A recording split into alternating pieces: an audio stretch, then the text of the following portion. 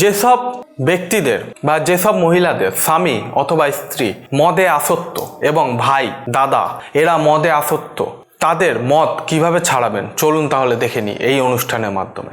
নমস্কার দর্শকবৃন্দ, আমি শ্রী দেবদূত শাস্ত্রী। প্রত্যেক দিনের মতো আপনাদের মাঝে তন্ত্রের এমন একটি টোটকা এনেছি, যেটি ঘরোয়া টোটকা, যার মাধ্যমে আপনারা আপনাদের ফ্যামিলি যে কারোর নেশা মুক্তি করে দিতে পারেন। কিভাবে করবেন বৃত্তান্ত আমি বলে দিচ্ছি, ভালো করে মনোযোগ দিয়ে শুনে নেবেন। দেখুন, বেশিরভাগ লোকের বাড়িতে সমস্যা অনেক ধরনেরই হয়, তার মধ্যে নেশাগ্রস্ত সমস্যা খুবই জটিল হয়ে ওঠে, যেটিকে আপনি কোনো তান্ত্রিক বা কোনো জ্যোতিষী বা কোনো নেশামুক্তি ডাক্তার দিয়েও ছাড়ানো মুশকিল হয়ে যায়। প্রথমে এরা যারা নেশা করে তারা দেখুন মদ্যপান করছে, ধূমপান করছে অথবা নানান রকম জিনিস পান করছে, যেগুলো আমি ইউটিউবে আপনাদের মাঝখানে বলতে পারছি না, আপনারা বুঝে নেবেন। সব রকম নেশা যে করে তার নেশা ছাড়ানো কিন্তু খুবই কঠিন, এবং নেশা ছাড়াবার জন্য যখন আপনারা তাদেরকে নেশামুক্তি কেন্দ্রে দেন, ধরুন আপনার হাজব্যান্ডও হতে পারে বা আপনার ছেলেও হতে পারে, এই জিনিসটা আমার কাছে বহুবার ধরে এসছে এই কমপ্লেনটা, যে দাদা নেশা করে, নেশার চোটে ঘর সংসার দেখে না, বউকে ধরে মারধর করে, অথবা কোনো স্ত্রী নেশায় যুক্ত হয়ে গেছে, স্বামীকে দেখে না, ছেলে মেয়েকে দেখে না। তাদের জন্য আমি একটি ঘরোয়া ইলাজ বলে দেবো, সেটি আপনারা করলে পরে অবশ্যই আপনারা রেজাল্ট পাবেন। প্রথমত, নেশামুক্তি কেন্দ্রে যদি আপনার হাজব্যান্ড বা আপনার স্ত্রী কাউকে যদি আপনি দেন, দেওয়া দেখবেন 6 মাস পর্যন্ত তারা একটু বিগ্রাম করবে, এবং আপনি তাদের দেখতে গেলে তারা একটি মধুর কণ্ঠস্বরে বলে, আমি আর কোনোদিন করব না, আমাকে বাড়িতে নিয়ে চলুন। আপনারা ভালোবাসা এবং মমতার টানে আপনারা তাদেরকে নিয়ে চলে আসছেন, আসার পর তারা সেই জিনিসটাকে আবার রিপিট শুরু করে দিচ্ছে।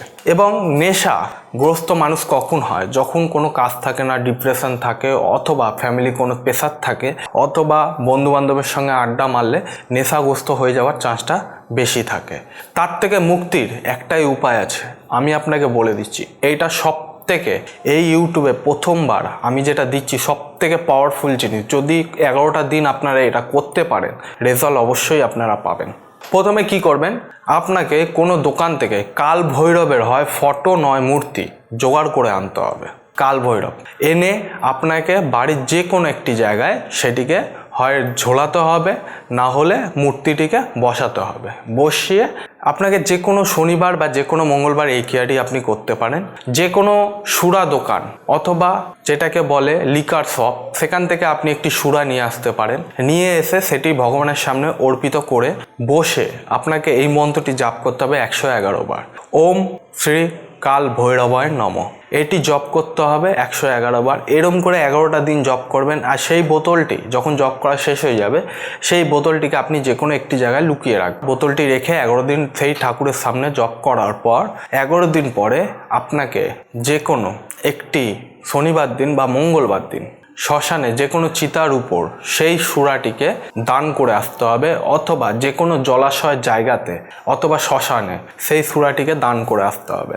সুরাটি দান করতে যাওয়ার আগে আপনাকে কাল ভৈরবের সামনে বসতে হবে। বসে নিজের মন শান্ত করে এইটুখানি বলতে হবে, যে উদ্দেশ্যে বা যে বাড়ির জন্য বা যে ছেলের জন্য বা যে ব্যক্তির জন্য আমি এই কাজটি করছি, সে যাতে এই মদ্যপান অথবা যে কোনো জিনিস আপনি যে জিনিসটা উনি খান সেইগুলোকে বলতে হবে যে এই জিনিসগুলো খাওয়া যাতে বন্ধ করে দেয়, আমার ছেলে অথবা আমার স্বামী আমার কাছে ফিরে আসুক। এরকম বলে আপনাকে সেই সুরাটি নিয়ে গিয়ে আপনাকে কোনো শ্মশান বা কোনো চলমান জলের ধারে আপনাকে রেখে আসতে হবে।